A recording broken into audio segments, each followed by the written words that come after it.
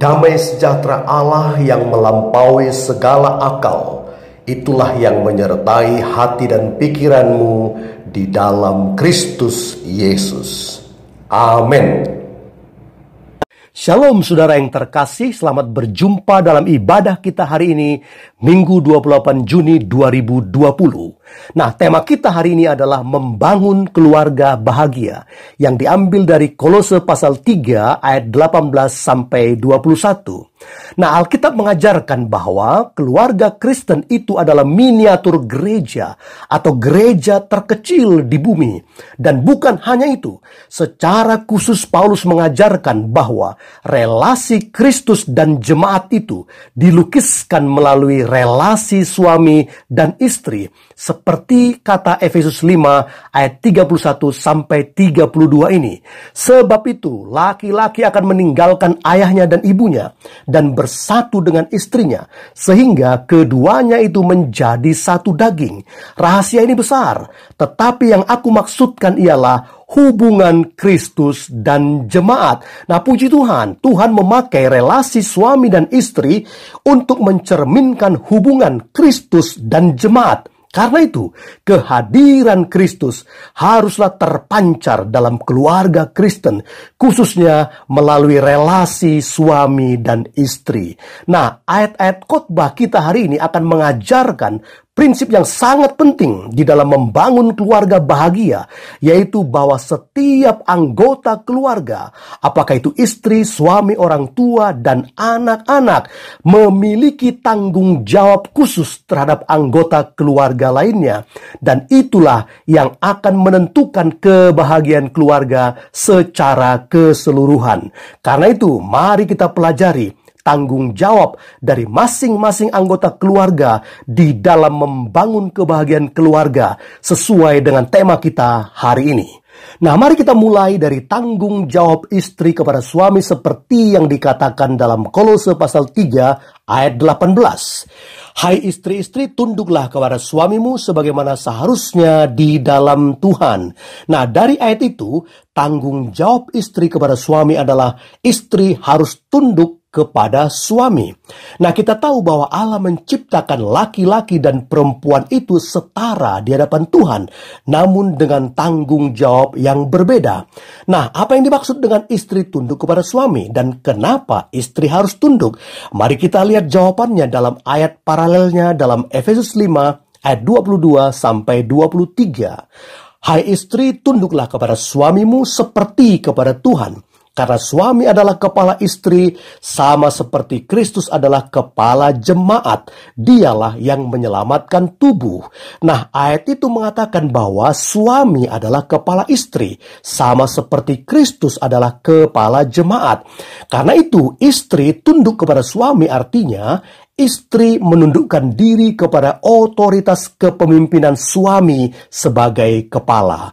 Karena itu, istri berkewajiban untuk tunduk kepada suami dalam arti dia sepenuhnya mendukung, menghormati, mentaati, dan melakukan segala yang diputuskan oleh suami karena suami adalah kepala.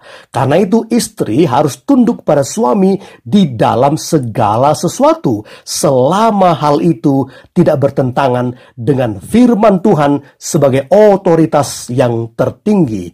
Nah, ada sebuah nasihat untuk para istri bahwa istri sebenarnya tidak bisa mengubah perilaku suami hanya dengan perkataan saja, tapi harus dengan kelakuan dan perbuatan yang saleh seperti kata 1 Petrus 3 ayat 1 sampai 2. Demikian juga kamu, hai istri-istri, tunduklah kepada suamimu, supaya jika ada di antara mereka yang tidak taat kepada firman, mereka juga tanpa perkataan dimenangkan oleh kelakuan istrinya, jika mereka melihat bagaimana murni dan salehnya hidup istri mereka itu.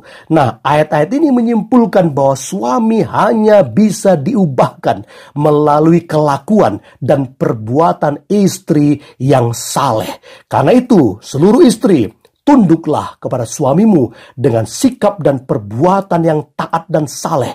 Itulah yang akan membahagiakan suamimu, dan tentu hal itulah yang akan membangun kebahagiaan keluargamu secara keseluruhan. Nah, sekarang mari kita lihat tanggung jawab suami kepada istri seperti yang tertulis dalam Kolose pasal 3 ayat 19. Hai suami-suami, kasihilah istrimu dan janganlah berlaku kasar terhadap dia. Nah, dari ayat itu kita belajar bahwa tanggung jawab suami kepada istri adalah bahwa suami harus mengasihi istri sama seperti Kristus mengasihi jemaat. Nah, untuk memahami bagaimana seorang suami mengasihi istri seperti yang Tuhan mau, maka mari kita lihat ayat paralelnya dalam Efesus pasal 5 ayat ke-25. Hai suami, kasihilah istrimu, sebagaimana Kristus telah mengasihi jemaat dan telah menyerahkan dirinya baginya. Perhatikan kalimat dan telah menyerahkan dirinya baginya. Nah, dari ayat itu kita mengetahui bahwa suami harus mengasihi istri sama seperti Kristus mengasihi jemaat dengan cara menyerahkan dirinya, yaitu siap berkorban untuk kehidupan istrinya, memelihara dan melindungi istrinya sama seperti melindungi dirinya sendiri, dan bahkan rela mati untuk membela istrinya sama seperti Kristus mengasihi jemaatnya.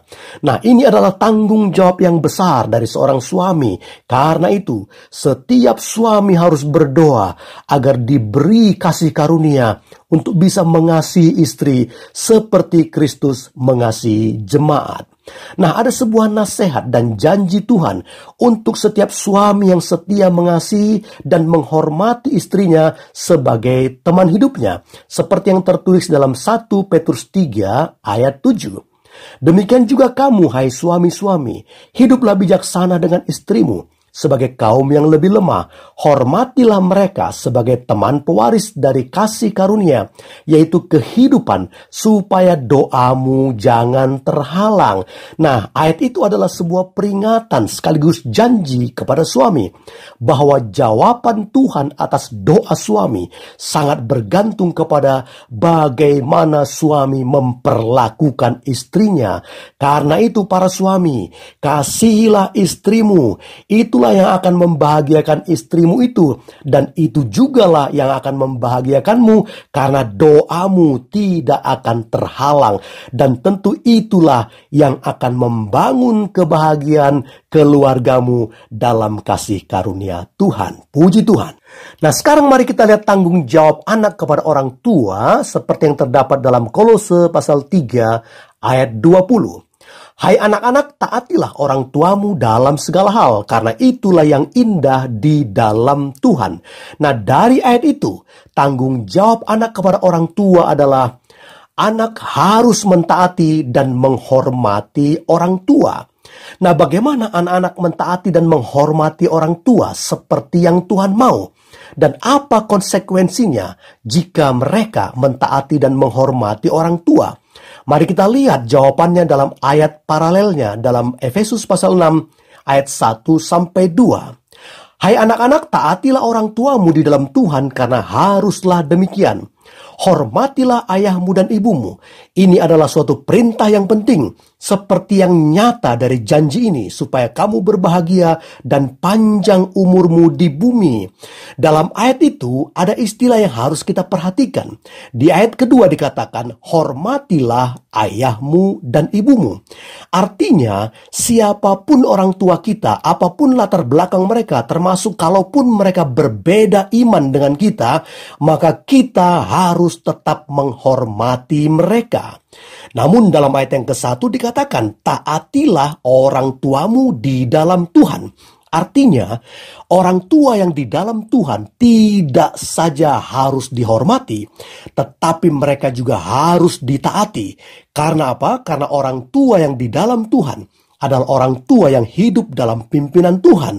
Maka kita harus mentaati mereka karena Tuhan yang ada dalam diri mereka itu. Dengan kata lain, semua orang tua harus dihormati.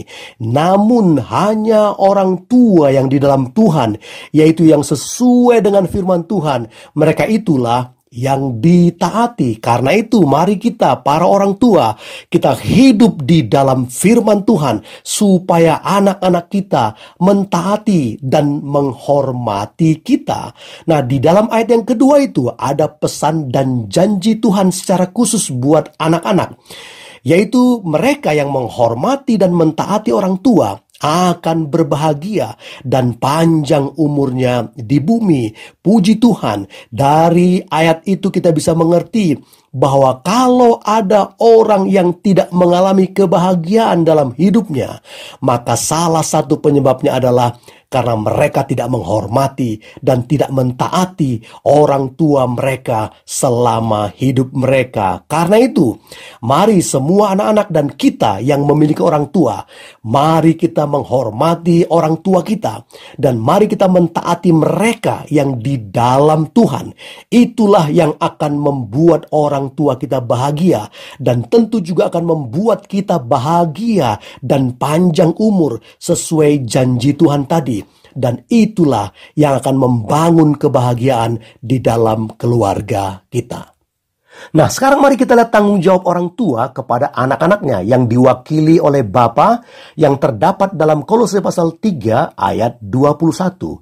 Hai bapak-bapak, janganlah sakiti hati anakmu supaya jangan tawar hatinya. Nah, dari ayat itu kita belajar bahwa tanggung jawab Bapa kepada anak-anaknya adalah Bapa tidak boleh menyakiti hati anaknya. Nah, untuk mengerti tanggung jawab Bapa kepada anaknya ini, mari kita lihat ayat paralelnya dalam Efesus pasal 6 ayat yang keempat. Dan kamu bapak-bapak, janganlah bangkitkan amarah di dalam hati anak-anakmu, tetapi didiklah mereka di dalam ajaran dan nasihat Tuhan. Nah, tanggung jawab orang tua, khususnya Bapa, adalah mendidik anak-anak dalam ajaran dan nasihat Tuhan. Dengan demikian anak-anak akan bertumbuh secara rohani di dalam Tuhan. Namun bukan berarti orang tua atau Bapa tidak boleh marah atau menegur anaknya yang salah. Orang tua tentu boleh marah dan menegur, namun haruslah di dalam kasih dan kebenaran, bukan dengan emosi. Dan inilah yang menjadi kelemahan kaum bapa pada umumnya, karena emosi bapa itu dapat membangkitkan amarah, luka, dan tawar hati pada diri anak-anak. Dan inilah yang tidak diinginkan oleh Tuhan. Karena itu marilah kita orang tua, khususnya kaum bapa, mari kita mendidik anak-anak dalam kasih dan ajaran Tuhan, bukan dengan emosi. Itulah yang membuat anak-anak kita akan berbahagia, dan kebahagiaan anak-anak kita tentu adalah kebahagiaan kita, dan itulah yang akan membangun kebahagiaan dalam keluarga kita secara menyeluruh. Nah, kita sudah belajar bahwa kalau kita mau membangun kebahagiaan keluarga kita, maka semua anggota keluarga, apakah itu istri, suami, orang tua, dan anak-anak, haruslah melakukan tanggung jawabnya satu sama lain. Karena itu, mari kita membangun keluarga bahagia dan mari kita memulainya dari tanggung jawab kita sendiri. Dan kiranya Kristus yang adalah kepala jemaat yang bertahta dalam keluarga kita, dialah yang menolong kita membangun keluarga kita menjadi keluarga bahagia untuk kemuliaan Allah Bapa kita. Terpujilah Tuhan kita itu di dalam nama Tuhan Yesus.